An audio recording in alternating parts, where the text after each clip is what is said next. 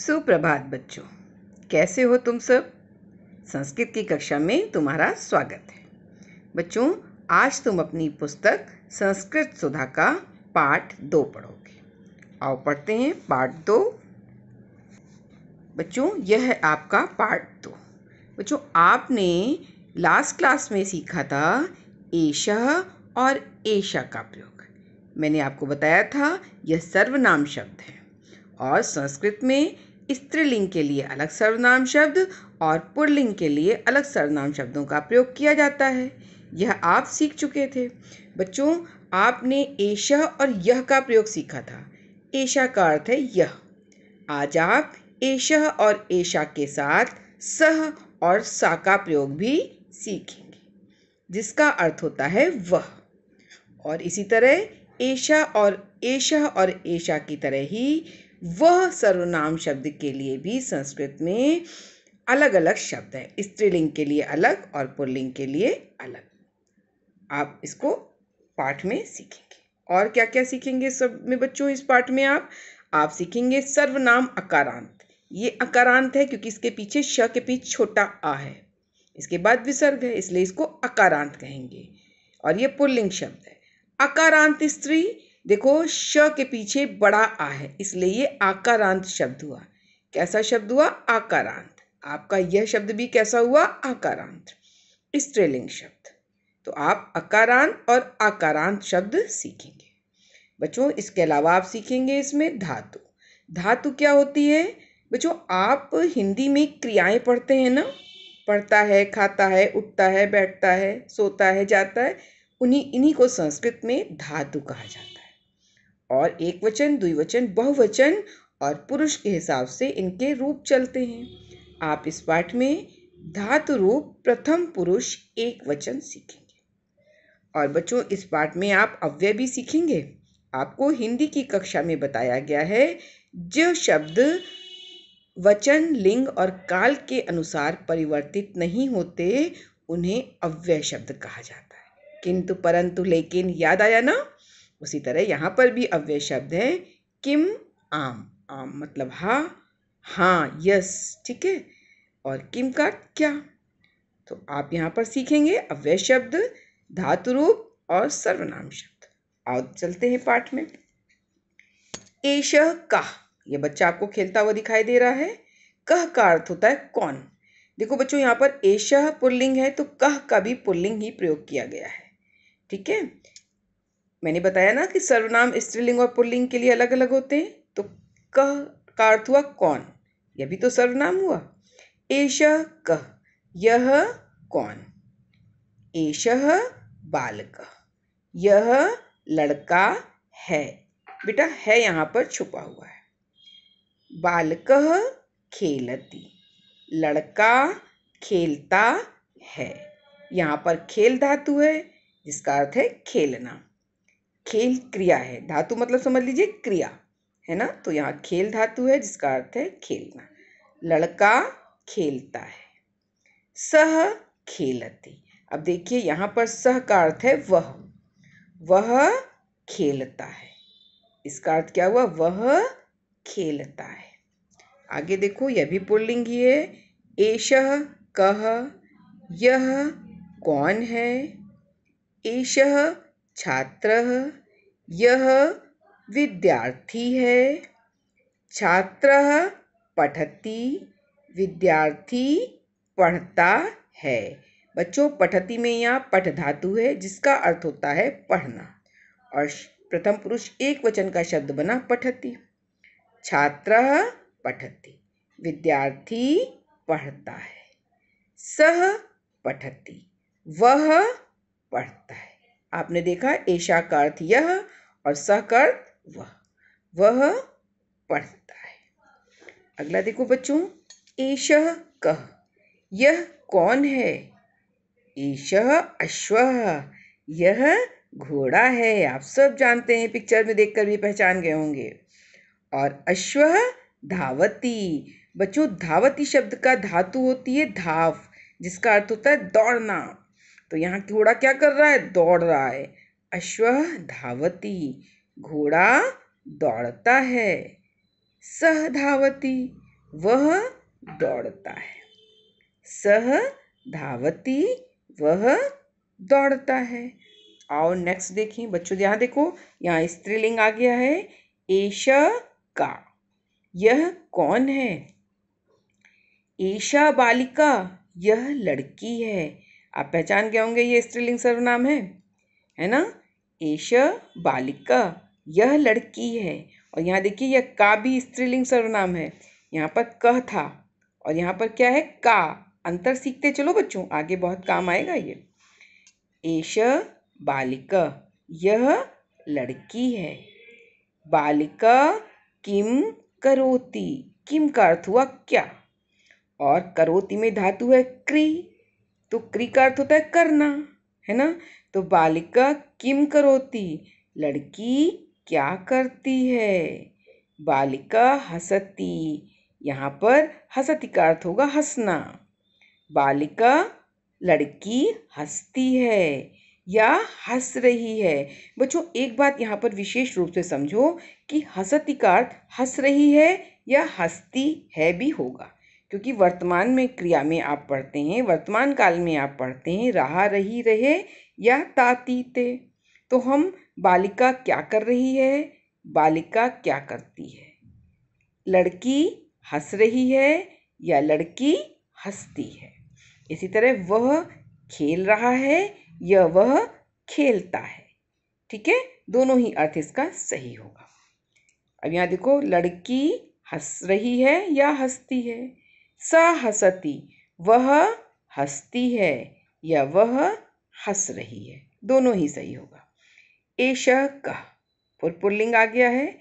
यह कौन है। एषः नरः, यह मनुष्य है। नरः किम करोति, मनुष्य क्या करता है। नरः खादति, मनुष्य खाता है।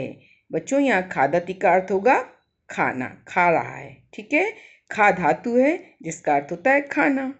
ठीक है, मनुष्य खाता है।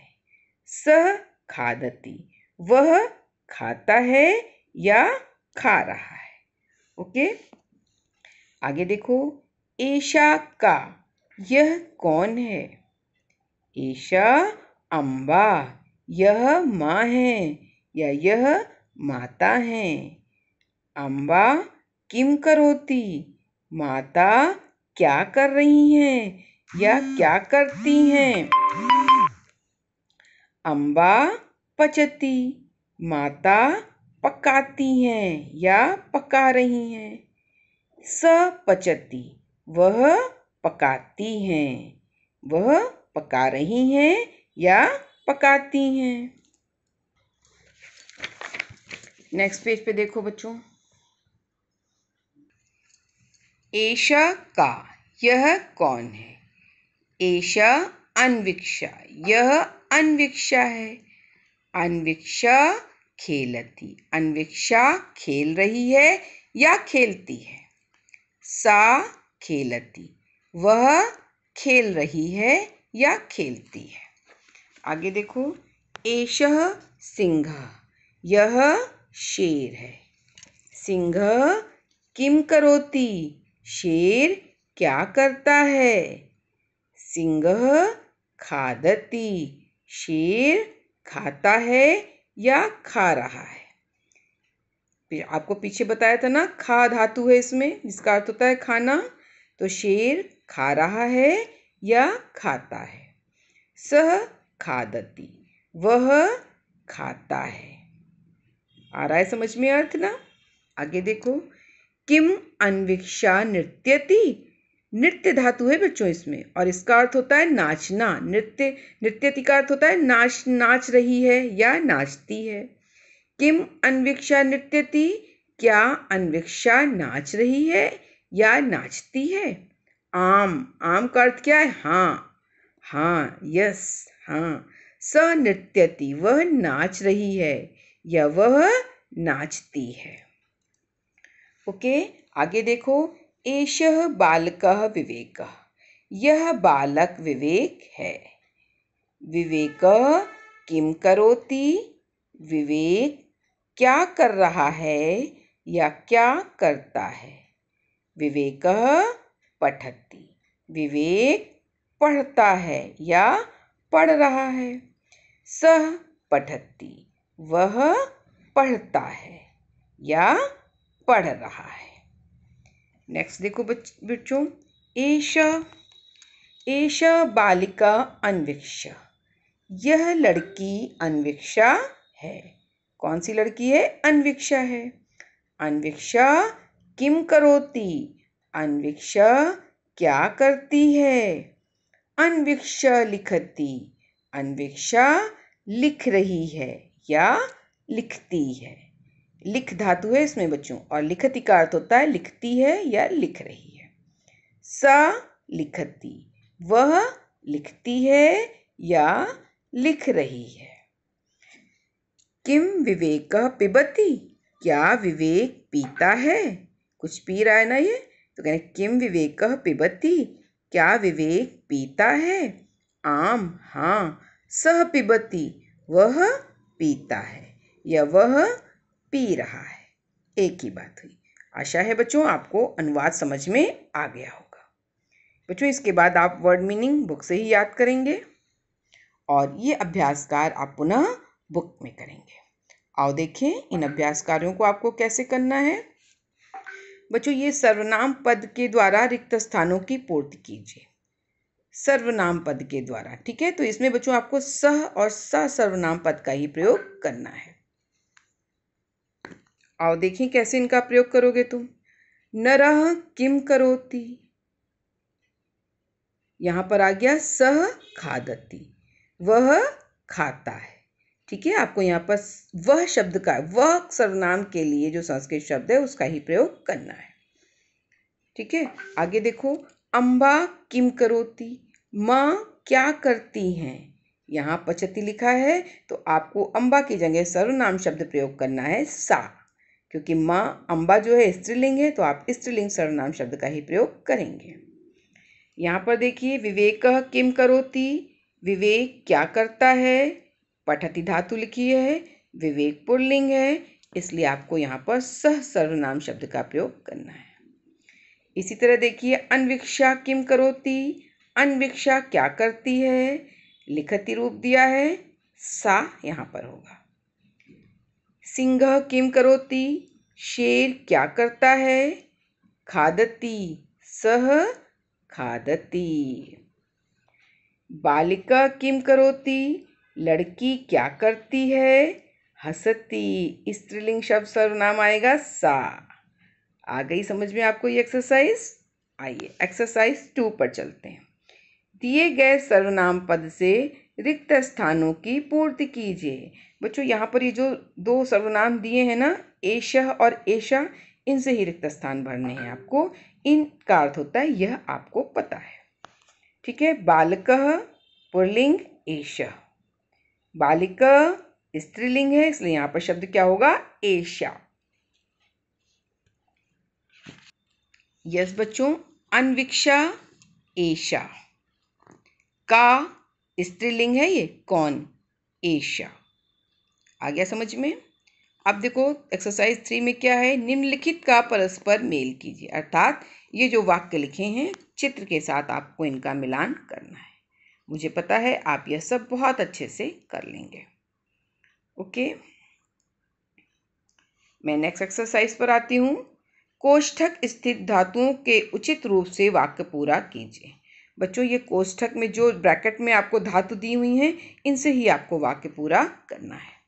देखिए यहाँ है बालकः और ब्रैकेट में शब्द है वध, तो यहाँ हम लिखेंगे वदति। ओके, यहाँ है अम्बा और ब्रैकेट में शब्द है पच, तो यहाँ हम शब्द लिखेंगे पचति, अम्बा पचति। ये देखिए अन्वीक्षा, यहाँ ब्रैकेट में शब्द है लिख, तो यहाँ हम लिखेंगे लिखति, अन्वीक्षा लिखति। ओके, बालिका, यहाँ ब्रैकेट में शब्द है नम, जिसका अर्थ होता है नमस्कार करना, है ना, नमति हो जाएगा, बालिका नमस्कार करती है। अश्वः, यहाँ ब्रैकेट में शब्द है धाव, जिसका अर्थ होता है दौड़ना। तो यहाँ पर आपका धावती होगा प्रथम पुरुष एक वचन में और वाक्य बनेगा अश्वः धावति। बालकः वदति, बालक बोलता है। अम्बः पचति, माता पकाती है। अन्वीक्षा लिखति, लड़की लिखती है। बच्चों माता पकाती है होगा, हावे बिंदी नहीं होगी, एक वचन नहीं होगा, ठीक है। अन्वीक्षा लिखति, अन्वीक्षा लिखती है। बालिका नमति, लड़की नमस्कार करती है। अश्वः धावति, घोड़ा दौड़ता है। इन धातु शब्दों का भी अर्थ मैंने आपको बताया था। पट पढ़ना, वद बोलना, पच पकाना, लिख लिखना, नम नमस्कार करना, धाव दौड़ना। आशा है आपको पाठ पूर्ण रूप से समझ में आ गया होगा। तो बच्चों मिलते हैं अगली कक्षा में। आप अच्छे से वीडियो को देखिए और पाठ को समझिए और बच्चों साथ साथ उच्चारण करने का भी प्रयास करिएगा, क्योंकि अर्थ के साथ साथ आपका उच्चारण भी सही होना चाहिए। ओके बच्चों, थैंक यू। मिलते हैं अगली कक्षा में।